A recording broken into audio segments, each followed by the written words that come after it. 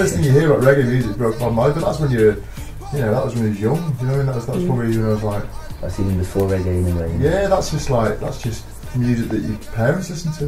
Do you know what I mean? In a way, that's the first Bob Marley tunes I heard were from my stepdad's record collection. Do you know what I mean? Through playing the drums, you kind of got into that style of drumming. If you know what I mean? So that kind of interested me because at first you're just like, what is that all about? It's the other way around. It's a completely different style of drumming. You know. Yeah, I found a few tapes. My parents didn't really listen to reggae at all, really. My dad did have a few, like a UB40 tape, and then there was this radio show on Radio Nova in Paris, from Paris, that was playing loads of dancehall and raga, and it was at a time when it was really cool. And when I came to England in '98, I found that I could buy all those records and all that, and that there was, you know, a much bigger scene here, and so I got a bit involved. You know what I mean?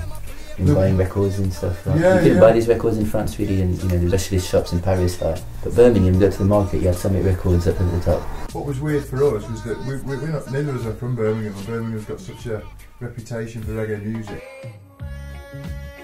I heard UB40 before I heard any other reggae really. And obviously UB40 that's kind of brought it to kind of pop level, you know what I mean? So it's not strictly, you know, accepted as a reggae band, they're still a reggae band. There's still people in Birmingham that like UB40 meant a lot to, like. Yeah, definitely. I mean, they were really crucial in like bringing that scene forward. I think that, you know, they came out really sort of like critically acclaimed, didn't they? They were doing mega music, and then after a point they didn't do that anymore. You know what I mean? They'd be the first to say that, I think. Yeah, definitely. They made a lot of money. And the thing is, what no one really talks about with UB40 is that a lot of people got paid in Jamaica because of UB40. So all those cover versions and all that stuff they did helped a lot of people out, you know what I mean? So it's cheesy from our point of view, thinking, what are you doing? But the broader picture is that, you know what I mean, the money's going back to the people that wrote the tunes in the first place, like, you know. It's kind of a little bridge and scene, you know what I mean? If you collect loads of reggae in that, you won't necessarily be into a UB40. Those people in UB40, they're well into reggae, do you know what I mean? Do you know what I mean? They're all into the bands, but there's also Steel Pulse, Maccabee, there's also all capital letters and all of them that are this kind of thing. Yeah, yeah. Sort of Midlands bands. Yeah, yeah.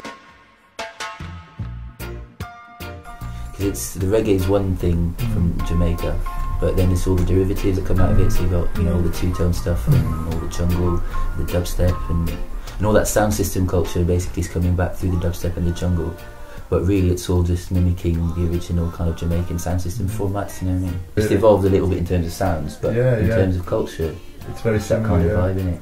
And the funny thing is, if you said that question to someone from Jamaica, they would say, it's not Jamaican music.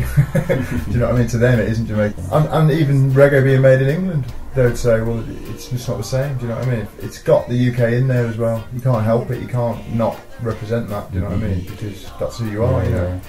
You know, it's originated from Jamaica, but from it came to England, talking about all dancehall and bashment and all that kind of stuff, and that's kind of well represented still in Jamaica. That's more prominent in Jamaica, isn't it? It's good that what's interesting recently is the dubstep thing's kind of come in as well, which is there's links between that and the reggae as well now. And I think the dubstep coming in has really like kick-started that dub culture again. It really has, it's really ignited dub and dubstep nights. Yeah, because there's and new sounds coming into the dub and all that, and just the technology's kind of evolving a bit more now. Because Birmingham, you know, used to be the reggae capital of England, of Europe, but of England in particular, and people used to come from London to buy records and all of that. It used to be a really big thing. And gradually it kind of decentralised a bit now. People consider London as the, you know, the capital of everything, to be fair, but reggae as well. But really Birmingham's got a massive heritage about that, and it's kind of good that, you know, people recognise that and bring back all the history and stuff. It's good for the national press to focus on Birmingham, because they tend to miss out Birmingham a lot. Still, you know what I mean? And it's been like that since I've been here, you know what I mean? Second city, the second biggest city in the UK. I know, and it's never given the treatment it deserves, really. Yeah. When I was talking to Nito the other day, he's gone and done a show in Shard End. He said there was like 3 black people, and like he was one of them. Yeah. But it was packed, you know what I mean? With loads of people that aren't, that you wouldn't associate to like that culture, but it's part of English culture, really.